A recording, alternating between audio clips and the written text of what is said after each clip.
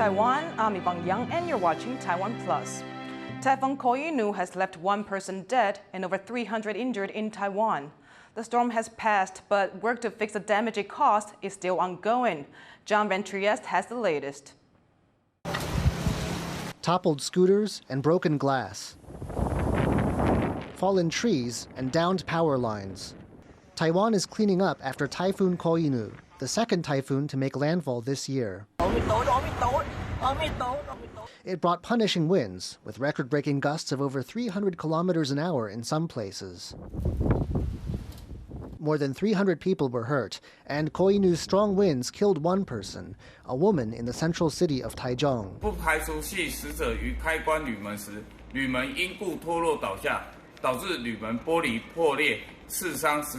Crews worked into the evening to restore power to tens of thousands of homes across central Taiwan. And in the country's rugged interior, workers have been trying to restore access to an area cut off when a river burst its banks and washed out the road. Locals had been evacuated before the storm, but now can't go home.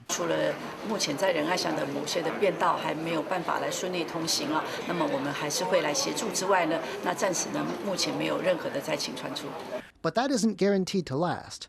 Taiwan's mountainous areas are prone to severe landslides. Storms that scraped past the country earlier this year have caused repeated damage to infrastructure, meaning that while Koinu has passed Taiwan and is now heading toward China, officials can't let their guard down yet. Joseph Wu and John Van Trieste for Taiwan Plus. Taiwan's National Day falls on October 10th, and its representative offices overseas are throwing their own celebrations in the days leading up to it. What does the one in Fiji look like? Louis Watt brings us this report from the South Pacific island nation. This is a map made of fruit grown by a Taiwan technical mission here in Fiji. And it's the centerpiece of an event that Taiwan is hosting to celebrate its National Day. China claims Taiwan and views a National Day event as sensitive. In 2020, there was an altercation after Chinese diplomats gatecrashed the event and took offense at a cake, like this one this year, that displayed the Taiwan flag.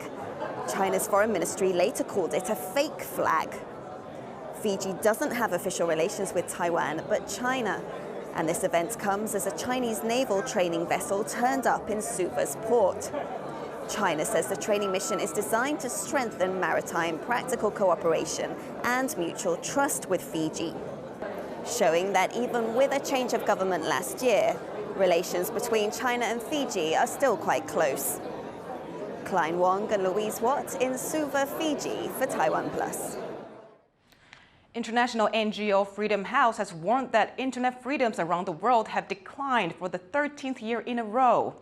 Its latest annual report placed Taiwan first in the Asia-Pacific and sixth in the world for internet freedoms. The report blamed the use of AI for a worldwide increase in online disinformation campaigns, censorship, and surveillance. China, which was ranked at the bottom of the rankings for the 9th year in a row, has invested heavily in this technology. New Taipei's energy grid will soon have a new and unusual power source, volcanoes. The Sihuangziping pilot geothermal power plant is the first in Taiwan to draw energy from a volcano, and it goes live later this month. Geothermal energy is considered one of the most sustainable energy sources and produces almost no carbon emissions. Heat from the Datun volcanoes will bring power to around 1,500 households in New Taipei City. It's part of efforts since 2019 to phase out nuclear energy. Construction on another volcano-powered geothermal plant will begin later this year. Japan is releasing more wastewater from the wrecked Fukushima power plant, part of a decades-long plan. Taiwan is making its own preparations to monitor its waters in the long term. Eric Gao reports. More radioactive water from Japan's Fukushima power plant dumped into the ocean. It's only the second batch, with more to come for the next 3 decades.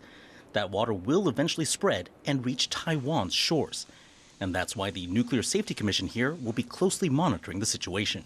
包括我们要掌握源头的资讯，然后会做每日的扩散预报，然后以及做强化我们的海域监测，包括海水啊、渔产啊、食品啊，这些也都在持续的强化。The Nuclear Safety Commission tests waters around Taiwan every few months. They'd like to send officials to monitor the water quality at the source in Japan. to see if filters there are working properly and publicize that information back home. But that's not likely to happen, since there aren't official ties between Taipei and Tokyo. 那你现在已经开始排放啦，那你是不是应该这个时候让其他邻近的关系国也都到排放点的附近去进行取样？ Lacking access to the source, Taiwan's nuclear officials can only test in its own waters, and they'll have to carry out those tests for years to come. 我们今天看的绝对不是只有现在这个月此时此刻的这个海水的里面的放射性火种的核种的活度是不是符合排放标准，是长期都要进行监测。 Taiwan's officials are gearing up for the long haul to continue monitoring the country's waters and making sure they're safe. Chris Ma, Pichi Zhuang, Kate Wong, and Eric Gao for TaiwanPlus. Bangladesh has received the first batch of fuel for their Russian-built nuclear power plant. The plant is still under construction in the country's west and will power around 50 million households. It's one of two being built with an almost $12 billion loan from Russia. The first unit is expected to come online at the end of next year. At least 21 people are dead and over 100 are missing after a glacial lake in India burst. Heavy rainfall in the Himalayan state of Sikkim caused Lonak Lake to overflow, resulting in flash floods that destroyed roads and bridges. Local officials say a dam, drinking water supplies, and sewage treatment plants have also been severely damaged. Both state and national level teams are involved in the rescue effort. Flooding is not rare in this part of India, but scientists say incidents like these are becoming more frequent and intense due to the climate crisis. The U.S. city of Phoenix, Arizona, has reported its driest monsoon season ever. That's caused an uphill battle for the wave of chip firms moving to the desert state, as semiconductors require a huge amount of water to make. Joyce Zhen reports. Baking under the dry Arizona heat, even the U.S. state's iconic saguaro cactus is struggling to survive. Arizona's capital, Phoenix, has just recorded its lowest rainfall levels in almost a century. It's officially been listed as the driest monsoon season on record. So the driest that has been recorded before this year was back in all the way, you have to go all the way back to 1924. It's been an ongoing problem as extreme weather attributed to climate change has rippled across the globe. But for Phoenix, this intense heat and severe lack of water could become very costly. The area is a hotspot for semiconductor investments, an industry which requires a lot of water to function. Almost 8 gallons are needed to make just one chip, and to operate chip-making factories or fabs need millions of gallons of water a day. That's because the high-tech pieces need to be repeatedly rinsed with ultra-pure water, and its machines constantly cooled by water systems. Water is so valuable to the semiconductor manufacturing process. I don't really see water as being replaced because it's just the standard and all the systems are kind of set up for it. Taiwan, the home of world-leading chipmaker TSMC, has also battled droughts. A couple of years ago, some fabs resorted to hauling in water by the truckload just to keep operations going. But analysts say that delivering water is a valid solution, since once fabs get it there, they can reuse the water over and over again. It's an engineering problem. You can bring the water from somewhere, and with the expectation is that once the water is put in the fab, it's basically there. But getting enough water into Arizona will still be a tall order. The state is also facing a number of other challenges like housing and talent. There's mounting pressure on the state's officials, especially on its governor, Katie Hobbs, to maintain investor confidence. During a private reception with business leaders in Taipei in late September, she said she's aware of the issues and is working to fix them. Working to tackle the water crisis, we're working to tackle our housing. We have a lot of challenges, and my administration is focused on addressing all of them. As the temperature and pressure climbs in Arizona, its officials will have to grapple with how to distribute its valuable resources and keep not just global businesses happy, but local ones too. Howard Zhang and Joyce Zhen for TaiwanPlus. With sea levels rising and more extreme weather events due to climate change, Taiwan is facing the consequences of coastal erosion. Laura Stewart has more.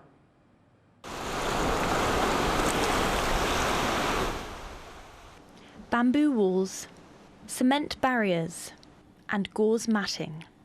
These coastal defences were placed on this beach in Taiwan's southern city of Tainan about 10 years ago.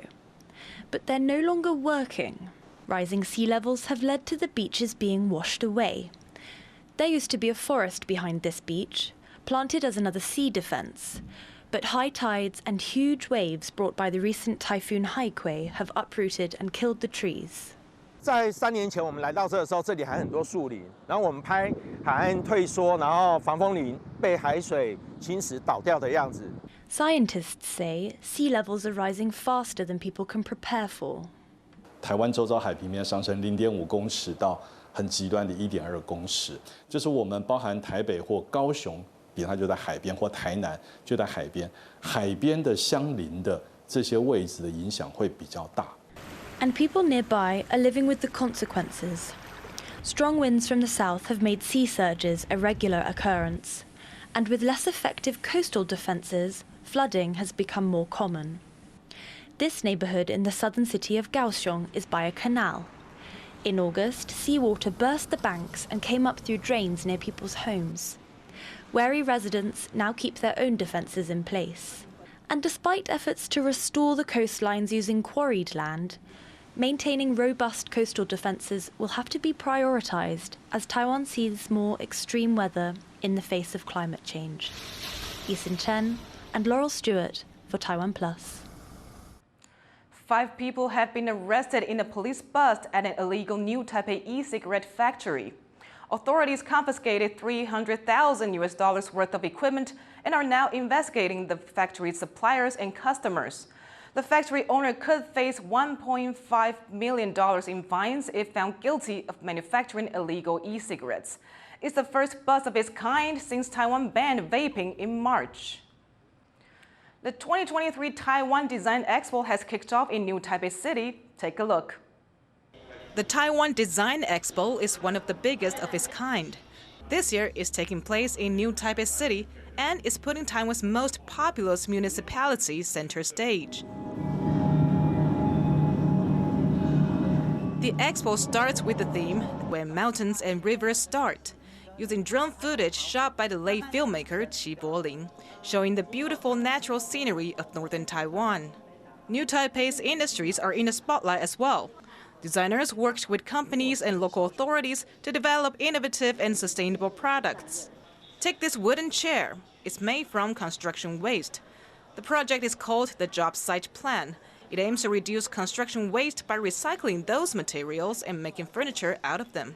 我们既然已经从地球上拿了这么多的资源，那这些资源是不是我们可以尽量的去善用它？所以我们想要新东西的时候，我们其实不一定，我们就是用新的材料去做。Another project is this newly renovated classroom tailored for elderly students. It replaces some old items with new ones made from recycled paper.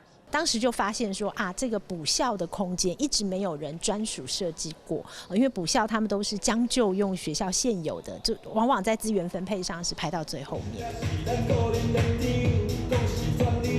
The exhibition weaves together elements of nature, industry, people, and culture, providing a comprehensive view of New Taipei all in one place. Taiwan has won more medals in the Asian Games held in Hangzhou, China. Lin Yuting took gold in women's boxing against Kazakhstan's Karina Ibramova. This makes her the first ever female Taiwanese boxer to win a gold at the Asian Games. And 15-year-old Taiwanese skater Wang Youjun won gold after beating China's Zhang Hao in inline skating. So far, China has won the most medals in the Games, followed by Japan and South Korea. Taiwan, competing as Chinese Taipei, remains in 6th place. Thank you for watching What's Up Taiwan. I'm Yvonne Yang. Take care, and I'll see you next time.